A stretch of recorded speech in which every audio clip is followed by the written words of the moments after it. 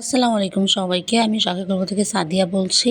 আশা করি আপনারা সবাই ভালো আছেন। তো আমি আজকে আবারও নতুন একটি ভিডিও নিয়ে হাজির হয়ে গেলাম। আজকে আমি কোনো রকমভাবে রেসিপির ভিডিও দেখাবো না। আমি আজকে দেখাবো ৮ রকম চাউলের বেসন ভাঙিয়ে মশলা মিশিয়ে কি করে ১ বছর যাবৎ সংরক্ষণ করতে হয়। আমি এখানে অ্যাঙ্করের ডাল, বুটের ডাল, মসুরির ডাল, হেসারির মুগ ডাল, ভাতের চাউল, পোলাও চাউল আর আতপ চাউল ব্যবহার করেছি। আমি কিন্তু এখানে একদমই পানি ব্যবহার করব না। পানিতে ধুয়ে যতই আপনারা রোদে শুকাতে দেন না কেন ১ বছর যাবৎ সংরক্ষণ কিন্তু একদমই করতে পারবেন না। কারণ এই ডালগুলো হাজার রোদে শুকানোর পরেও কিন্তু একটা ভেজা ভেজা ভাবের গন্ধ থাকবে, যাতে করে এটি নষ্ট হওয়ার চান্স থাকবে। তাই আমি এখানে কোনো রকম ভাবে পানি ব্যবহার না করে পরিষ্কার কাপড় দিয়ে এটিকে ভালো করে মুছে নিয়েছি। আমি কিন্তু এখানে একটি স্টিলের চালনিতে ডালটি দিয়ে ভালো করে মুছে নিচ্ছি, যাতে করে নিচ দিয়ে ডালের ময়লাগুলো ভালো করে পড়ে যায়। আপনারাও কিন্তু ঠিক এরকম ভাবে ভালো করে মুছে নেবেন, এতে করে কিন্তু এটি ভালো করে পরিষ্কার হয়ে যাবে।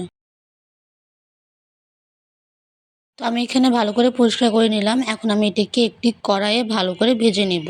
ডালগুলোকে কিন্তু আমাদের ভালো করে ভেজে নিতে হবে, এটি যেন পড়ে না যায় সেদিকটা আমাদের খেয়াল রাখতে হবে। যদি আমরা ডালটিকে ভালো করে ভেজে নিই, এতে করে কিন্তু এটিকে খেতে অনেকটাই মজা লাগবে। আর ভাজার সময় যখন একটা সুন্দর একটা গন্ধ বের হবে, তখন আপনারা বুঝে নেবেন যে এটিকে ভালো করে ভাজা হয়ে গিয়েছে, তখন আপনারা এটি নামিয়ে নেবেন। তো এই তো দেখতেই পাচ্ছেন কতটা সুন্দর করে আমার ডালগুলো ভালো করে ভাজা হয়ে গিয়েছে। এখন আমি এটিকে ভালো করে ভাঙিয়ে নিব। এতগুলো ডাল তো ব্লেন্ডারে করা সম্ভব না, তাই আমি এই ডালগুলো মিল থেকে ভাঙিয়ে নিয়ে এসেছি। তাই আমি আপনাদের দেখাতে পারিনি, তার জন্য দুঃখিত। তো এই তো দেখতেই পাচ্ছেন আমার ডালটি ভালো করে ভাঙানো হয়ে গিয়েছে, একদম নিমিষ হয়ে গিয়েছে। ডালটিকে ভালো করে ভেজে দিলে কিন্তু বেসনটি একদম নিমিষ হয় আর অনেকটা সুন্দর হয়। আমি এখন এখানে মশলাগুলো দিয়ে দিব। আমি প্রথমে দিয়ে দিলাম 1/2 চা চামচ পরিমাণ হলুদের গুঁড়া, তারপর দিয়ে দিলাম জিরা গুঁড়া, তারপর দিয়ে দিলাম মরিচের গুঁড়া, তারপর দিয়ে দিলাম আদা গুঁড়া, তারপর দিয়ে দিব রসুন গুঁড়া, তারপর দিয়ে দিব ধনিয়া গুঁড়া, তারপর ধনিয়া গুঁড়াটি দিয়ে দেওয়ার পর দিয়ে দিব কালো জিরা। এখন আমি এটিকে ভালো করে মিশিয়ে নিব। আমি কিন্তু এখানে কোনো রকম ভাবে লবণ ব্যবহার করি নাই, শুধুমাত্র ব্যাটারটি বানানোর সময় লবণ আর পানি দিয়ে ভালো করে ব্যাটারটি বানিয়ে নিব। আমার এটি ভালো করে মেশানো হয়ে গেলে আমি একটি কাঁচের জারে রেখে দেব।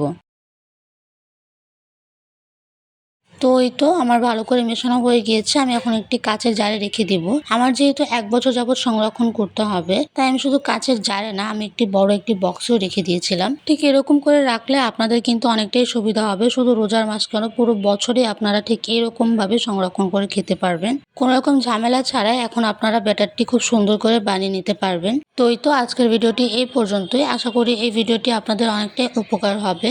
সামনে যেহেতু রোজার মাস, আপনারা কিন্তু অবশ্যই এটি ট্রাই করবেন। আশা করি আপনাদের এটি ভালো লাগবে। আর ভিডিওটি ভালো লাগলে লাইক, শেয়ার, সাবস্ক্রাইব করবেন আর আমার পাশে থাকবেন। আপনারা সবাই সুস্থ থাকবেন, ভালো থাকবেন। আল্লাহ হাফেজ সবাইকে।